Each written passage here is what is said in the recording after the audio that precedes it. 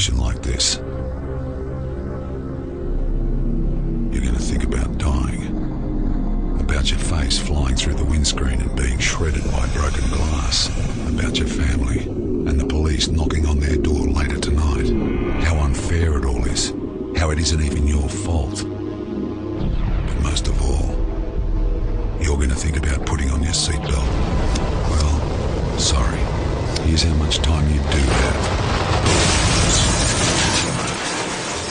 Things happen on the road you've got no control over. Authorised by the Northern Territory Government, Darwin.